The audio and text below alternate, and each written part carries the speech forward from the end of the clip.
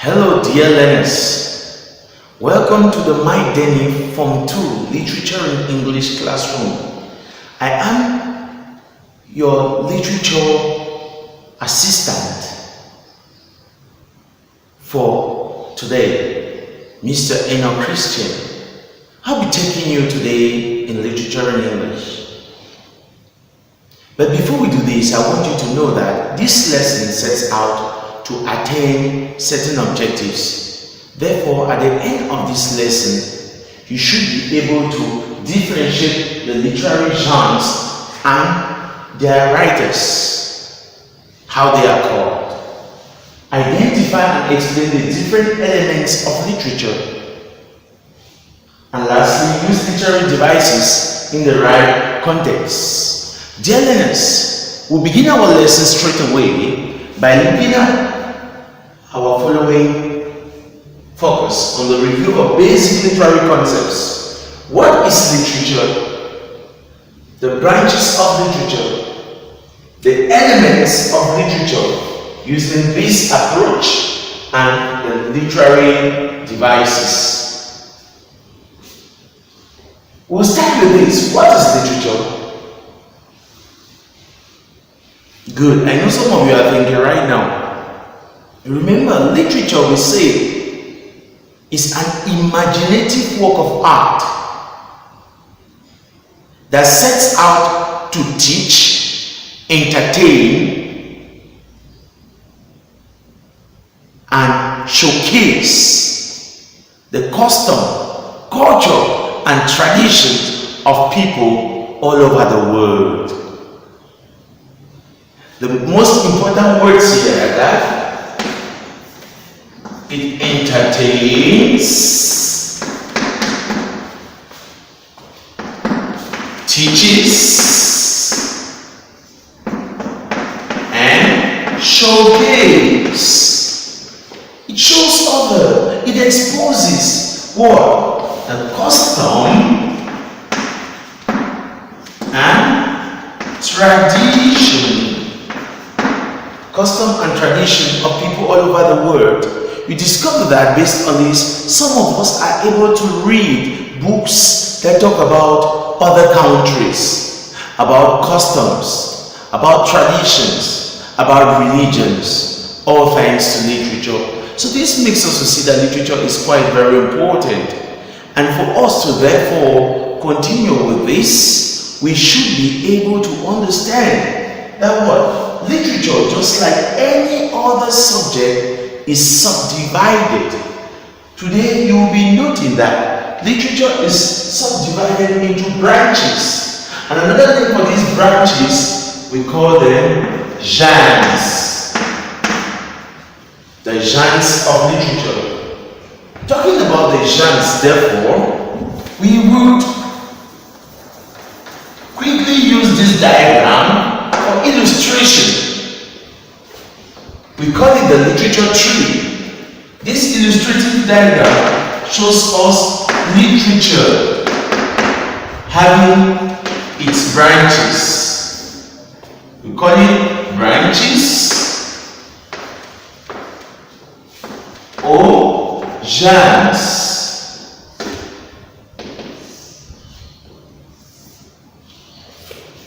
When we look at the branches of literature or the genres of literature, we discover that there are three, and these three branches are poetry, prose, and drama. What then is poetry?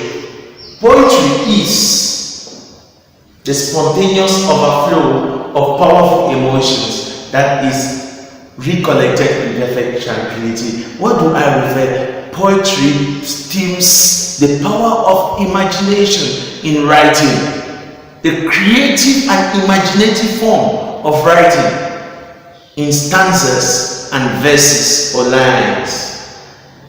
And the writer of a poem is called a poet if it's a man, or a poetess if it's a woman. So we cannot call the writer of a poem an author. So dear learners, we therefore know that poetry is written in stanzas and verses.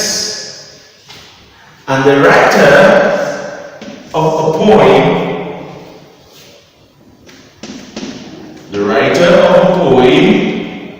is called a poet or poetess. And what is prose? Prose is called free prose or narrative writing. It has to do with the recounting or the telling of stories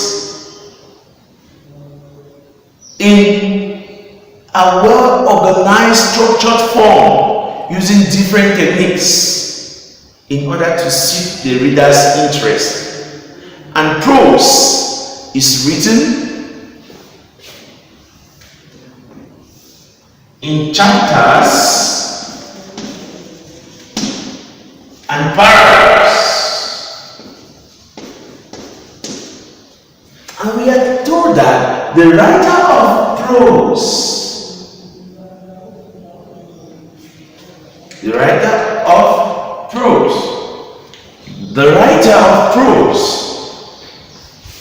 writer of prose is called an author or novelist.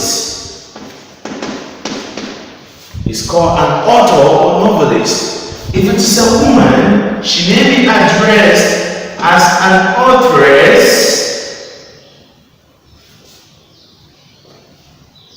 She may be addressed as an authoress. An authoress. Take note. Author, authoress. Now, when we come to drama, what do we say is drama? Drama is what? The acting on stage by characters to a group of audience who are guided by a stage director. The acting on stage by characters guided by a stage director to a group of audience displaying spectacle and action. We therefore discover that when we look at drama, we watch Nigerian movies and other movies. Those are good examples of dramas. Drama is different from prose and poetry in that characters take roles, while prose may be simply narrated. And for this reason, drama is written in acts.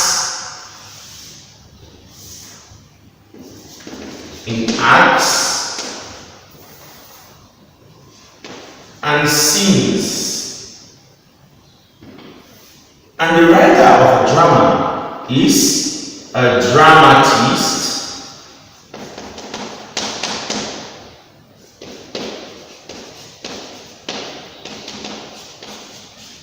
or a playwright. A dramatist or a playwright. So that is what you should therefore note. That literature. What is literature? The act of telling stories about the people's cultural tradition or their way of life has three branches: poetry, prose, and drama. Poetry is written in stanza and verse, prose is written in chapters and paragraphs, drama is written in acts and scenes. The writer of a poem is called a poet if it's a man, or a poetess if it's a woman.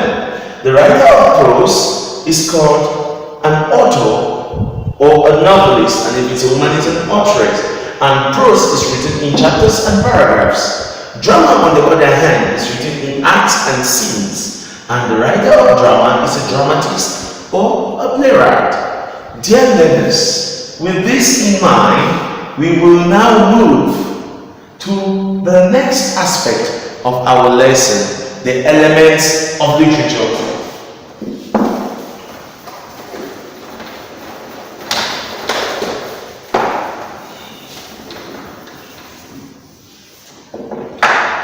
What are the elements of literature?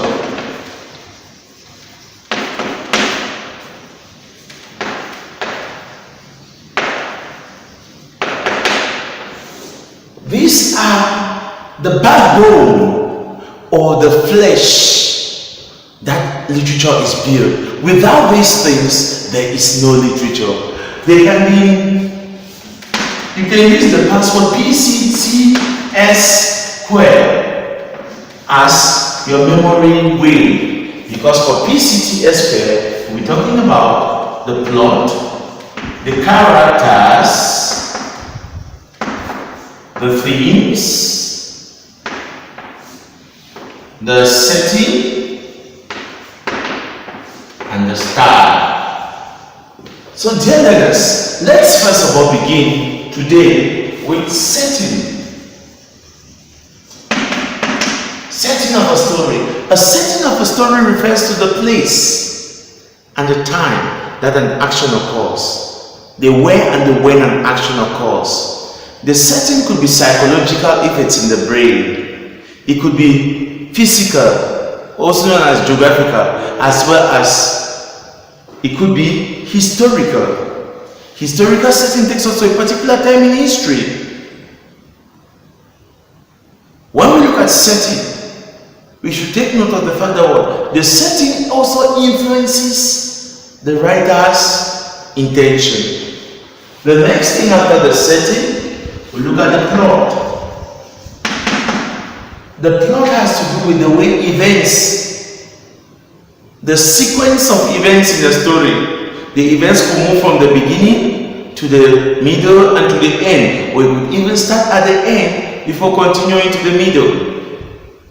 Before moving on to the beginning. It just depends on the technique employed by the writer. And take note that when it comes to the plot, there are two types of plot. We have the secular plot and the traditional plot. The traditional plot has this form. From the beginning, known as the exposition,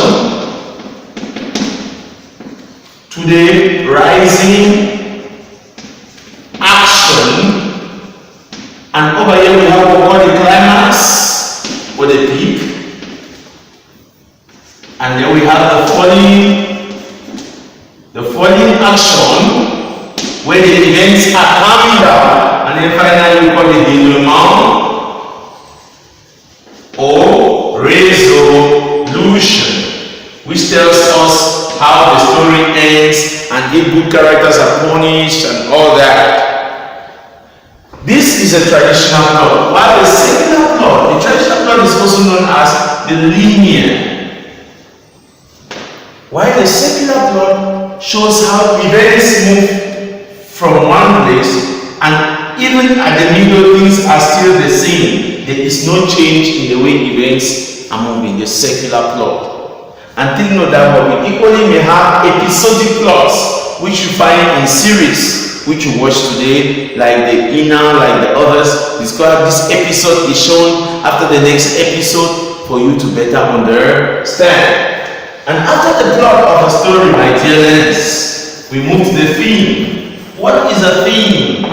Theme refers to the central idea or the main idea that runs in a story.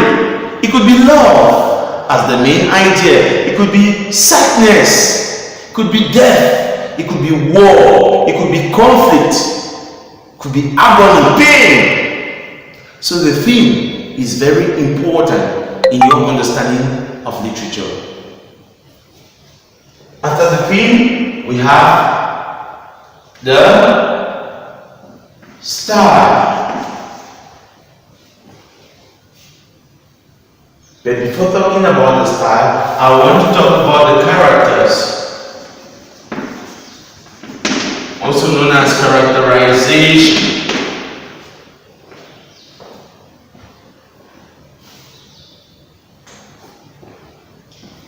By characterization, we refer to the characters that partake in a story. And these characters could be men, could be women, could be animals. They just vary. What you should take note here is that at the level of characters, The people, animals, or things that play role in the story, that take roles in the story. We have the characters that they have changed in their different forms. Like we have what we call the flat characters. We have the round characters who are very flexible. The flat characters are also known as the stoic characters. People don't change. Like you see Pete Edochie, Mama G, Patience Ozuko. In the beginning she is wicked. At the end she's confessing. That's an example of a round character, a flexible character who was wicked and has changed. But flat character, from beginning to the end, the person is wicked and just stays that same way. The character is not dynamic. The style will now refer to the manner, the technique which the writer uses to make his literary work interesting. His style, he could use flashback.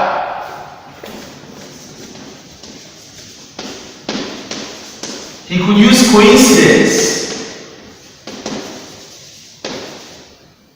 He could use irony.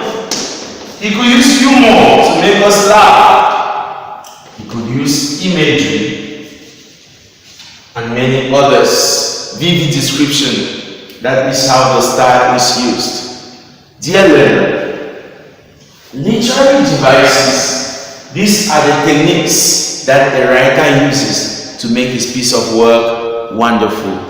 I hope with all of this knowledge, you will be able to recall for us to move to our next lesson without any stress. As your take-home assignment, you are expected to classify the different books you have in Form 2.